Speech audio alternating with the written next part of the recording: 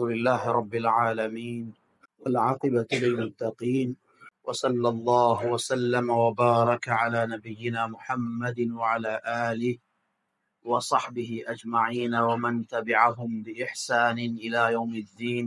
أما بعد، فيقول الله تبارك وتعالى: إن السمع والبصر والفؤاد كل أولئك كان عنه مسؤولا. அல்லாஹுடைய நல்லடியார்களே, அன்புக்குரிய சகோதரர்களே, வாழ்க்கையின் எல்லா நிலைகளிலும் அல்லாஹ் ஒருவனுக்கு வழிபட்டு தக்வாவுடன் வாழுமாறு முதலில் எனக்கும் பிறகு உங்களுக்கும் வசியத் செய்து கொள்கிறேன். அன்புக்கும் மரியாதைக்கும் உரிய சகோதரர்களே, அல்லாஹு தஆலா மனிதனுக்கு தந்திருக்கக்கூடிய அருள்கள், பாக்கியங்கள் எண்ணில் அடங்காதவை. எண்ணி முடிக்க முடியாத அளவுக்கு அல்லாஹு தஆலா மனிதனுக்கு பெருமதி மிக்க நியாமத்துகளை தந்திருக்கிறார். அவற்றில் மிக பெருமதி மிக்க, விலை சொல்ல முடியாத, பலமான, ஆச்சரியமான ஒரு நியாமத்து தான் அல்லாஹு தஆலா நமக்கு தந்திருக்கக்கூடிய பார்வை. பார்வை என்பது அல்லாஹுடைய ஆச்சரியமான ஒரு படைப்பு. இந்த பார்வை என்ற சக்தி நமக்கு இருக்கிற வரைக்கும் நாம் நம்முடைய இந்த உலகத்தின் அழகை பார்க்கிறோம், நம்முடைய குழந்தைகளை பார்க்கிறோம், மனைவிமார்களை பார்க்கிறோம், நம்முடைய நண்பர்களை பார்த்து பேசுகிறோம். இந்த பார்க்கிற சக்தி இல்லாமல் போய்விட்டால் நம்முடைய அன்பு குழந்தைகளையும் பார்க்க முடியாது, நண்பர்களை பார்க்க முடியாது, உலகத்தின் அழகுகளை எல்லாம் நாம் பார்க்க முடியாது. சாப்பாட்டை வாயில் வைக்கிற வரைக்கும் அது என்ன என்பது நமக்கு தெரியாமல் போய்விடும். பார்வை இருக்கிற வரைக்கும் நாம் உலகத்தில் பயணங்கள் செய்கிறோம். விரும்பிய இடங்களில் எல்லாம் நாம் தனிமையில் பயணங்கள் செய்கிறோம். நம்முடைய வாகனத்தை நாமே ஓட்டி கொண்டு செல்கிறோம். பார்வை போய்விட்டால் நாம் நினைத்தபடி நமக்கு பயணங்கள் செய்ய முடியாது. நாம் நினைத்த இடங்களுக்கெல்லாம் போக முடியாது. எங்கு போனாலும் நமக்கு உதவியாளர்கள் தேவைப்படுவார்கள். நாம் நம்முடைய சொந்த வாகனங்களை கூட இயக்கிக் கொண்டு செல்ல முடியாத நிலை நமக்கு வரும். பார்வை நமக்கு இருக்கிற வரைக்கும் நாம் மற்றவர்களுக்கு உதவிகள் செய்கிறோம். நிறைய கட்டங்களில் மக்களுக்கு பல வகையான உதவிகளை நாம் செய்கிறோம். பார்வை இல்லை என்றால் உலகத்தில் நம்மை காண்கிற ஒவ்வொருவரும் நமக்கு உதவி செய்ய பார்ப்பார்கள். நிறைய மனிதர்களுடைய உபகாரங்களை பெற வேண்டி வரும். பார்வை இருக்கிறது, நம்முடைய பேச்சை மக்கள் கேட்கிறார்கள், நம்முடைய அபிப்பிராயங்களை மக்கள் ஏற்றுக்கொள்கிறார்கள். பார்வை போய்விட்டால் அதிகமான நம்முடைய கருத்துக்கள் மக்களால் செவிமடிக்கப்பட மாட்டாது, ஏற்றுக்கொள்ளவும் மாட்டார்கள். பார்வை இருக்கிற வரைக்கும் நாம் நிறைய வாசிக்கிறோம். பார்வை இல்லை என்றால் எதையும் வாசித்துக் கொள்ள முடியாது. பார்வை இருக்கிற வரைக்கும் நமக்கு சமூகத்தில் ஒரு அங்கீகாரம் இருக்கிறது. எந்த தொழிலுக்கு போனாலும் நம்மிடத்தில் அந்த திறமைகள் இருந்தால் ஏற்றுக்கொள்வார்கள். ஆனால் 90% தொழில்கள் பார்வை இல்லை என்றால் நம்மால் செய்ய முடியாமல் போய்விடும். நமக்கு நிறைய படிப்பு இருக்கிறது, ஆற்றல் இருக்கிறது. ஆனால் அந்த ஆற்றல்களை உபயோகிப்பது என்பது நம்முடைய பார்வையில் தங்கி இருக்கிறது. பார்வை போய்விட்டால் நம்மில் எத்தனையோ பேர்களுக்கு பல வருஷங்கள் செய்த தொழில்கள் கூட போய்விடும். இதையெல்லாம் நாம் எப்பொழுதாவது ஞாபகம் செய்து நினைத்து பார்ப்பது இல்லையா? நினைத்து பார்த்தால் அல்லாஹ்வுடைய விலை மதிக்க முடியாத ஒரு அருளை நாம் அனுபவித்துக் கொண்டிருக்கிறோம் என்பதை நாம் புரிந்து கொள்ளலாம். நமக்கு இப்பொழுது நேரம் தெரியும். பார்வை இருக்கிறதுனால் நமக்கு நேரம் தெரியும். பார்வை இல்லை என்றால் வாழ்க்கையில் இரவும் பகலும் சமமாகிவிடும். எங்கு போனாலும் இருட்டே இருட்டு. வெளியில் எவ்வளவு வெளிச்சம் இருந்தாலும் அது அவருக்கு பயனளிக்க மாட்டாது. கண்ணில் வெளிச்சம் இல்லாத வரைக்கும் உலகத்தில் எவ்வளவு வெளிச்சம் இருந்தாலும் உலகம் இருளாகத்தான் தெரியும். அன்பான சகோதரர்களே, நம்முடைய கண்களில் அல்லாஹ் வெளிச்சத்தை தந்து, இந்த பார்வையை தந்து இவ்வளவு இன்பங்களையும் சந்தோஷங்களையும் அனுபவிக்க வைத்திருக்கிறான். பார்வை போய்விட்டால் உலகத்தின் இன்பங்களில் 2/3 பகுதிகளை விட அதிகமான இன்பங்களை மனிதன் அனுபவிக்க தவறி விடுவான். சாப்பாட்டில் இருக்கிற ருசி கூட குறைந்துவிடும். அல்லாஹு தாலா நமக்கு தந்திருக்கக்கூடிய இந்த பார்வையின் பாக்கியத்தை மரணம் வரைக்கும் நிரந்தரமாக வைப்பானாக. அன்பான சகோதரர்களே, இது ஒரு ஆச்சரியமானது, பலம் வாய்ந்தது. 20 வருஷங்களுக்கு முன்னால் கண்ட ஒரு மனிதரை நினைத்து பாருங்கள், அல்லது ஒரு 10 வருஷங்களுக்கு முன்னால் நாம் சந்தித்த ஒரு மனிதரையோ ஒரு குடும்பத்தையோ அல்லது நாம் கண்ட ஒரு நிகழ்வையோ யோசித்து பாருங்கள். அப்படியே நமக்கு முன்னால் வந்து நிற்கும். அந்த முழு செய்திகளும் முழு சம்பவமும் நமக்கு முன்னால் வந்து நின்றுவிடும். மீண்டும் ஒரு தடவை நமக்கு அதை பார்க்கலாம். இது எப்படி வந்தது? நம்முடைய பார்வைகள் நாம் வாழ்க்கையில் பார்த்த ஒவ்வொரு காட்சிகளையும், நாம் சமூகமளித்த ஒவ்வொரு சம்பவங்களையும் அப்படியே பதிவு செய்து வைத்திருக்கின்றன. நிறைய விடயங்களை நாம் தற்காலிகமாக மறந்திருக்கிறோம். ஆனால் தேவையான நேரத்தில் அது நம்முடைய கண்களுக்கு முன்னால் வந்து அப்படியே நின்று விடுகிறது. விரும்பிய காட்சிகளை திரும்ப எடுக்கலாம். வாழ்க்கையில் கண்ட எத்தனையோ மனிதர்கள் நம்முடைய உள்ளங்களில் அப்படியே அவர்கள் பதிந்திருக்கிறார்கள் இந்த பார்வையூடாக. மனிதன் உலகத்தில் உள்ள காட்சிகளை பார்த்து பார்த்து பார்த்து இந்த அவனுடைய உள்ளம் அந்த காட்சிகளால் அந்த தோற்றங்களால் அப்படியே நிரம்பி விடுகின்றது. இப்படி நிரம்பி போகும் பொழுது அந்த உள்ளத்திலே இருக்கிற இடம் குறைந்து விடும். நிறைய பார்வைகளை மனிதன் பார்த்திருக்கிறான். அதையும் பார்த்தான், இதையும் பார்த்தான், அதையும் பார்த்தான். எல்லாவற்றையும் அது பதிவு செய்யும் பொழுது உள்ளத்திலே இருக்கிற இடம் குறைந்து விடும். ஏனென்றால் நம்முடைய ஒவ்வொரு பார்வையும் உள்ளத்தில் ஒரு இடத்தை பிடித்து விடுகிறது. இது நிரம்பி விடும் பொழுது நல்ல விஷயங்களுக்கு அங்கே இடம் இல்லாமல் போய்விடும். மனிதனை அவன் பார்த்த பார்வைகள், அவனுடைய பதிவுகள் ஒவ்வொன்றும் பல கட்டங்களில் துன்புறுத்தி கொண்டே இருக்கும். எப்பொழுதோ பார்த்தது அது திரும்ப திரும்ப வந்து அவனை கவலையில் போட்டுக் கொண்டிருக்கும். அவனுடைய சந்தோஷத்தை போக்கிவிடும். பகலில் வரும், இரவில் வரும், விழிப்பில் வரும், தூக்கத்தில் வரும், எல்லா கட்டங்களிலும் அவன் பார்த்த பார்வைகள் அது பதிவுகளாக மாறி அந்த பதிவுகள் மீண்டும் மீண்டும் வந்து அவனை துன்புறுத்தி கொண்டே இருக்கும். இரண்டாவது, மனிதனுடைய இந்த பார்வைகள் அந்த பதிவுகளாக மாறி உள்ளே நிரம்பி விடும் பொழுது மனிதன் இபாதத்துகளில் அமல்களில் இருக்கிற இன்பத்தை இழந்து விடுகிறான். சாப்பாட்டில் ருசி இருப்பது போல, குடிபானங்களில் ருசி இருப்பது போல மனிதனுடைய நாம் செய்யக்கூடிய இபாதத்துகளுக்கு ருசி இருக்கிறது. தொழுகையில் ருசி இருக்கிறது. காபத்து ஸலாத 20 சனா வதனஅம்து பிஹா 20 சனா. தொழுகையின் ருசியை கண்ட ஒரு தாபிஈ சாபித் புனானி ரஹ்மத்துல்லாஹி அலைஹி அவர்கள் சொல்கிறார்கள், என்னுடைய வாழ்க்கையில் 20 வருஷங்கள் நான் பெரும் முஜாஹதாவுடன் கஷ்டப்பட்டு மன ஓர்மையை கொண்டு வந்து தொழுதேன். வதனஅம்து பிஹா 20 சனா. பிறகு 20 வருஷம் வந்தது. அந்த 20 வருஷத்தில் தொழுகையின் இன்பத்தை கண்டேன். தொழுகையில் ருசி இருக்கிறது, திலாவத்தில் ருசி இருக்கிறது, திக்ர் செய்வதில் ருசி இருக்கிறது. இந்த ருசிகளை அடைவதற்கு மனிதனுக்குள் அந்த தகமை இருக்க வேண்டும். பார்வைகள் கெட்டு போகும் பொழுது, பதிவுகள் கெட்டு போகும் பொழுது மனிதன் இபாதாத்துகளில் அமல்களில் இருக்கிற ருசியை இழந்து விடுகிறான். இபாதாத்துகள் செய்ய வேண்டும் என்ற ஆசை வந்தாலும் தௌஃபீக் கிடைக்க மாட்டாது, இன்பம் இல்லை. இபாதாத்துகள் பாரமாகிவிடும், தொழுகை பாரமாகிவிடும், தஹஜ்ஜுத் பாரமாகிவிடும், குர்ஆனுடைய திலாவத் பாரமாகிவிடும். ஜிக்ர் செய்வது சில நாட்கள் கழியும், ஒரு தடவை கூட ஒரு ஜிக்ரை செய்திருக்க மாட்டார். குர்ஆனுடைய ஒரு பக்கம் கூட ஓதிக்கொள்ளக்கூடிய பாக்கியம் கிடைக்க மாட்டாது. தௌஃபீக்கை இழந்து விடுகிறான். ஆகவேதான் அல்லாஹு தஆலா நமக்கு பார்வைகளை எப்பொழுதும் தாழ்த்தி வைத்திருக்க வேண்டும் என்ற கட்டளையை குர்ஆனினூடாக சொல்லி இருக்கிறார். குல்லில் முஃமினீன யகுத்து மின் அப்சாரிஹிம் வயஹ்ஃபது ஃபுரூஜஹும். நபியே, முஃமின்களுக்கு சொல்லுங்கள், அவர்கள் தமது பார்வைகளை தாழ்த்தி கொள்ளட்டும். தேவையில்லாத கூடாத விஷயங்களை பார்க்க கூடாது.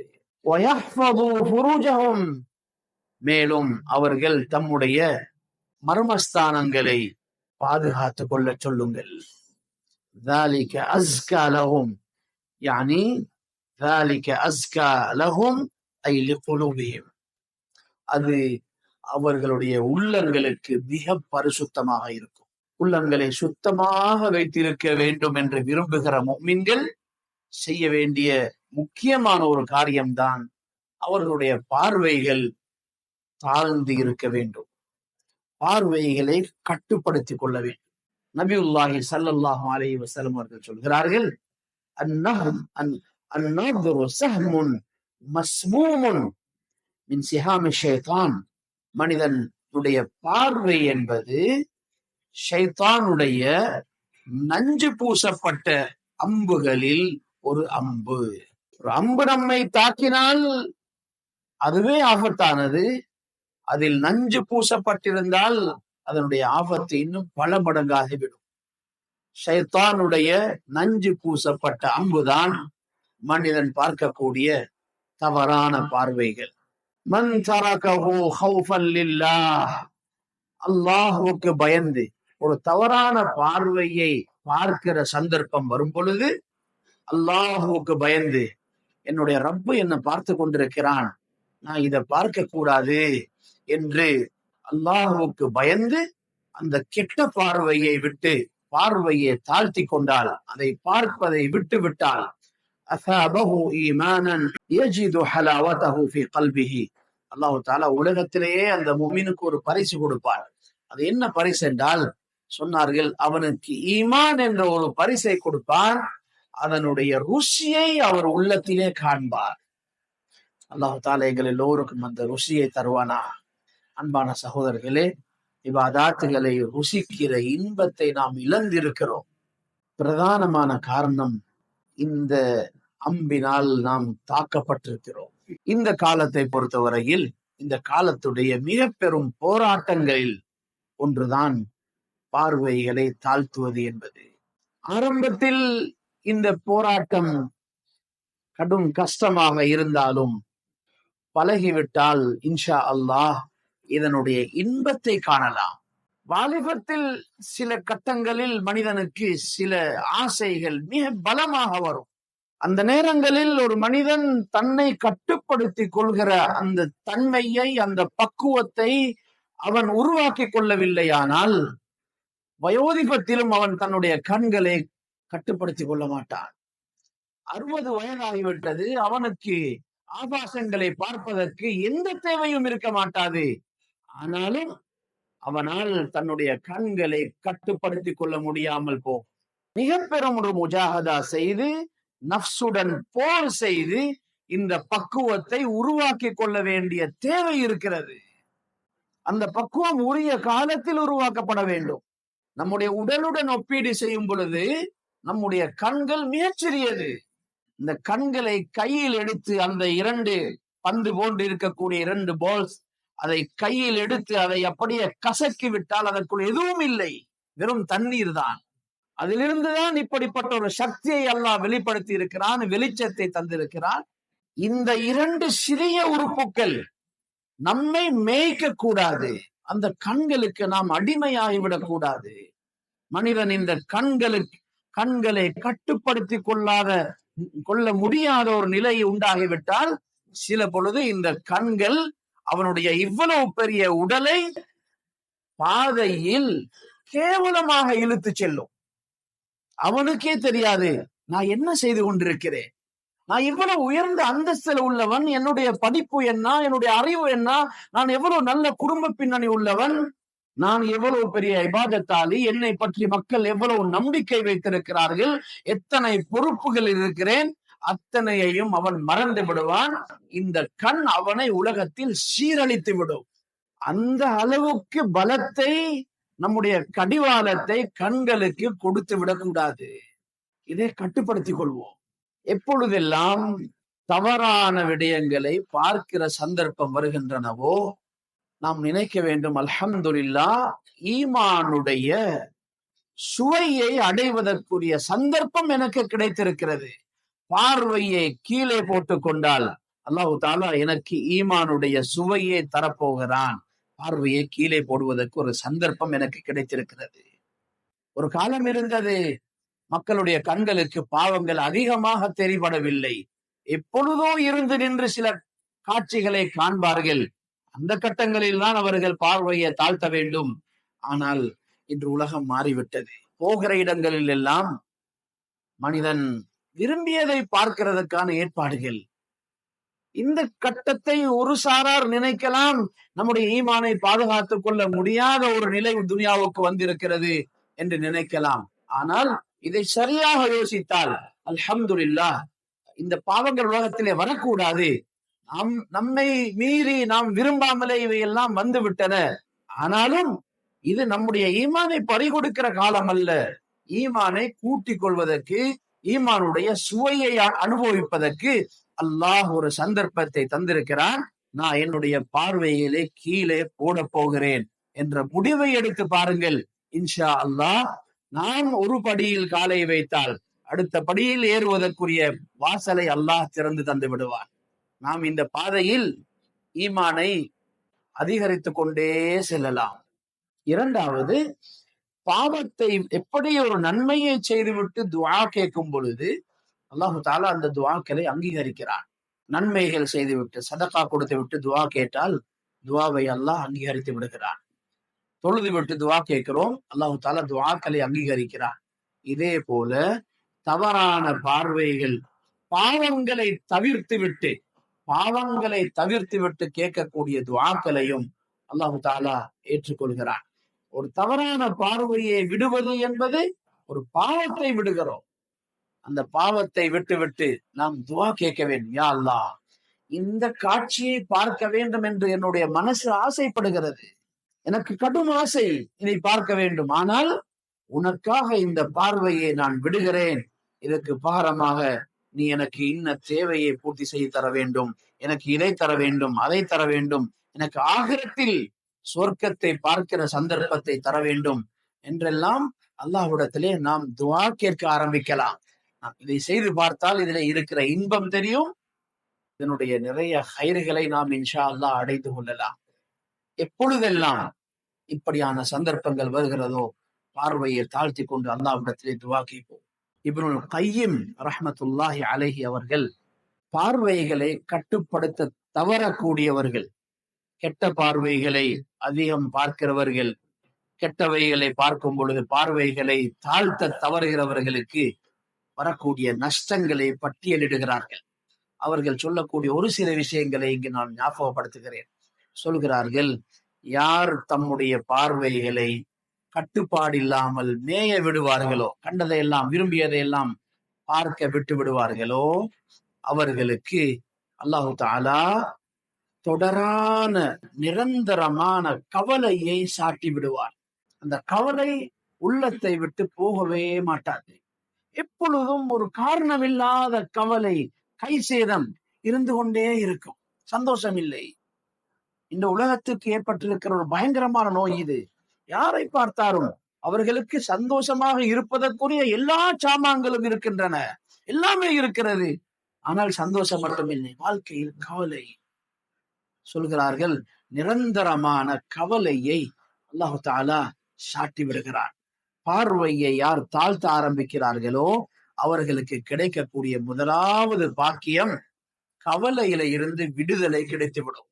இரண்டாவது சொல்கிறார்கள், பார்வையை தாழ்த்த தவறுகிறவர்கள் அவர்களுக்கு ஏற்படக்கூடிய ஒரு நஷ்டம்தான் அவர்களுடைய உள்ளம் பலகீனப்பட்டு போகும். உள்ளத்தில் பலம் இருக்க மாட்டாது. அடுத்து சொல்கிறார்கள், கண்களிலும் உறுப்புகளிலும் அறிவிலும் இருக்கக்கூடிய பிரகாசம் எடுபட்டு போய்விடும். அவர்களுடைய கண்களிலும் இருள், உள்ளத்திலும் இருள், அவர்களுடைய உறுப்புகளிலும் அல்லாஹ் இருளை ஏற்படுத்தி விடுவான். வெளிச்சம் போய்விடும். அல்லாஹு தஆலா நம் அனைவரையும் பாதுகாப்பானா.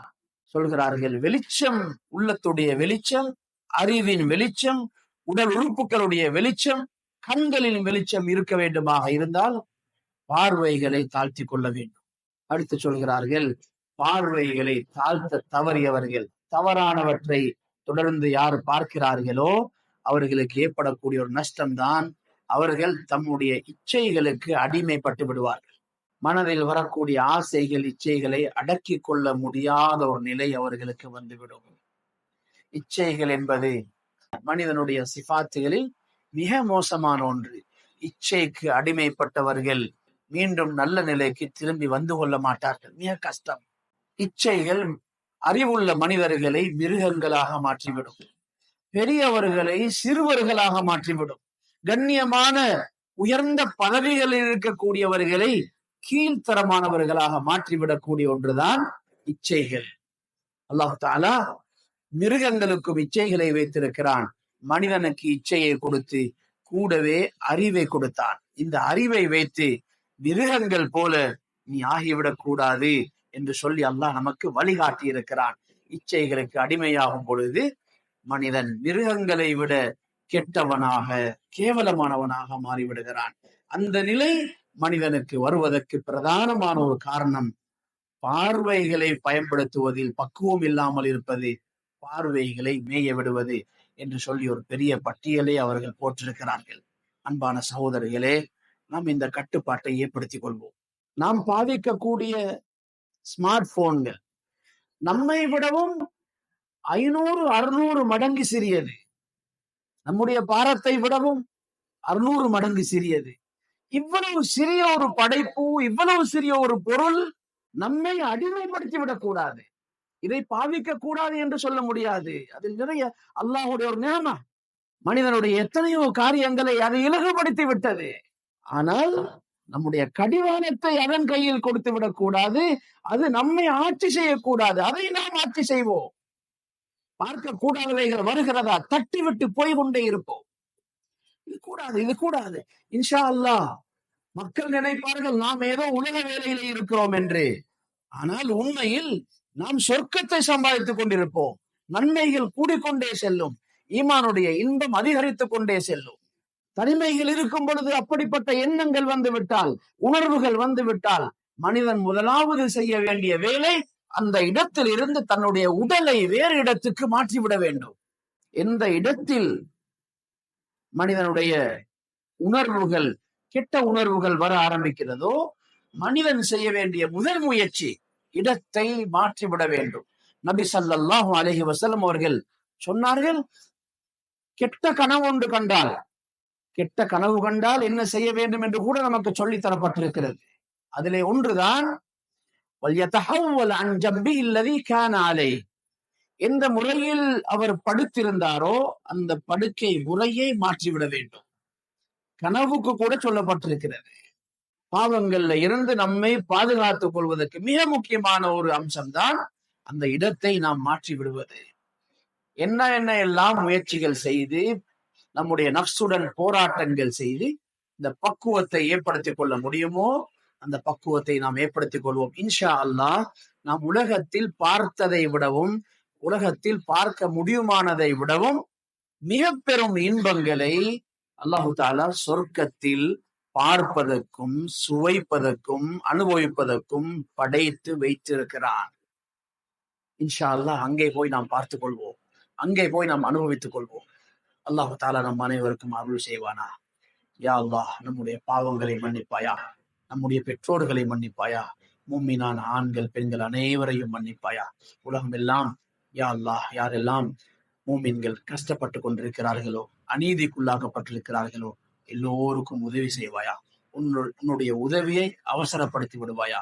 அநீதி இழைக்கக்கூடியவர்கள், அநியாயத்துக்காக திட்டமிடக்கூடியவர்கள், அவர்களுடைய ஷர்றுகள் இருந்து ஒரு மனித சமுதாயத்தையும் நீ பாதுகாப்பாயாக. யா அல்லாஹ், நீ அவர்களுக்கு தகுந்த பாடங்களை கொடுப்பாயாக. وآخر دعوانا الحمد لله رب العالمين.